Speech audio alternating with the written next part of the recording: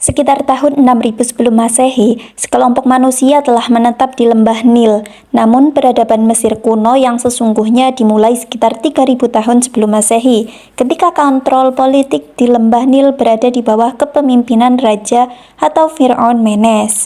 Sebagai putra dewa Osiris, meski hanya anggapan subjektif saja, seorang raja memiliki hak layaknya seorang diktator. Seluruh sistem administrasi pembagian wilayah, sipil, militer, dan agama berada di bawah kendali Fir'aun. Kehidupan masyarakat Mesir kuno terbentuk dan dipengaruhi oleh lingkungan alam, khususnya Sungai Nil. Sungai ini sangat penting bagi kelangsungan hidup orang-orang Mesir kuno. Menurut sumber, dahulu kepercayaan orang Mesir kuno adalah animisme dengan menghormati hewan dan lingkungan alam.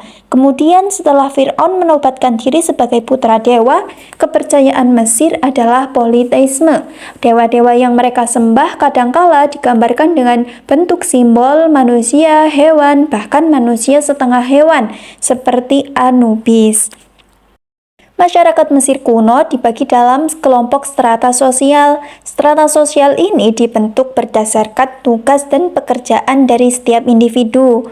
Model stratifikasi sosial Mesir kuno menempatkan petani pada kasta rendah, di bawah seniman dan pengrajin, sementara kasta tertinggi adalah juru tulis dan pejabat atau kelas kulit putih. Pernikahan di Mesir kuno adalah ikatan suci dan dipayungi hukum, dan jika ditemukan perempuan hamil karena melanggar hukum, maka ia dipenjara hingga melahirkan, kemudian dihukum mati. Umumnya masyarakat Mesir kuno cenderung menikah pada usia belia, perempuan pada usia 12 tahun dan laki-laki usia 15 tahun. Mesir kuno juga memiliki angka kelahiran tertinggi pada dunia peradaban kuno. Semua orang, bahkan dewa-dewi itu menikah, dan anak laki-laki selalu disarankan untuk menikah dan menjadi ayah bagi sebanyak mungkin anak.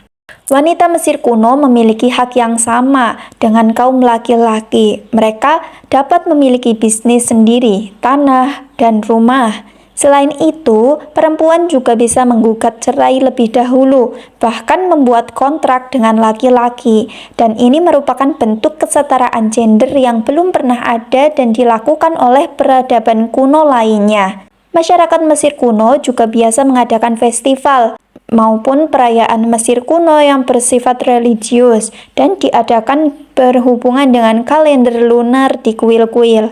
Selain itu, festival diadakan untuk memperingati hari-hari tertentu. Untuk sementara hiburannya, masyarakat Mesir kuno yang kaya sering pergi memancing dan berlayar.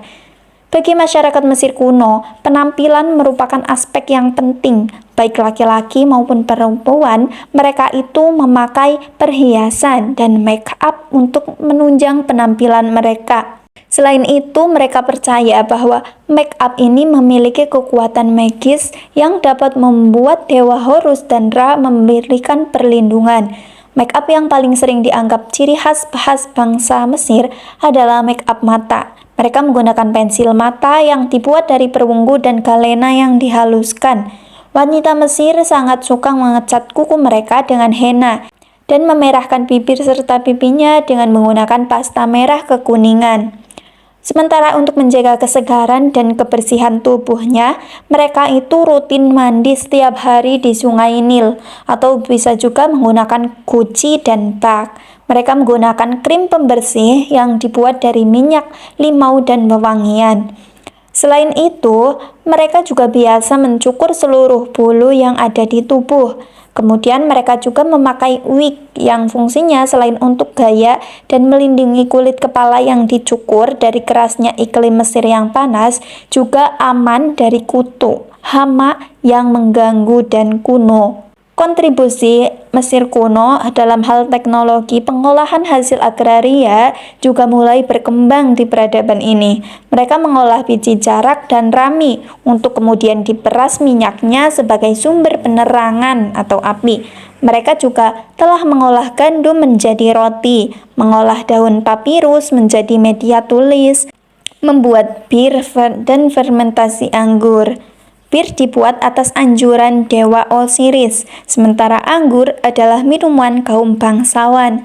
Bagi masyarakat Mesir kuno, kematian bukanlah akhir dari kehidupan, melainkan sebagai suatu langkah menuju jalan kehidupan yang lebih bermakna di kehidupan dunia berikutnya. Setiap orang itu dianggap memiliki 3 jiwa, yaitu Ka, Ba, dan Ah. Agar ketiganya tetap baik, maka tubuh harus tetap utuh. Nah, oleh karena itulah masyarakat Mesir kuno berusaha untuk mengawetkan jenazah mereka dengan teknik pembalsaman. Teknik pengawetan tubuh ini sendiri menguras biaya yang tidak sedikit, terutama untuk biaya perawatan mumi, sehingga orang-orang yang tidak mampu membayar pengawetan dan perawatan mumi ini memilih untuk menguburkan jenazahnya seperti biasa.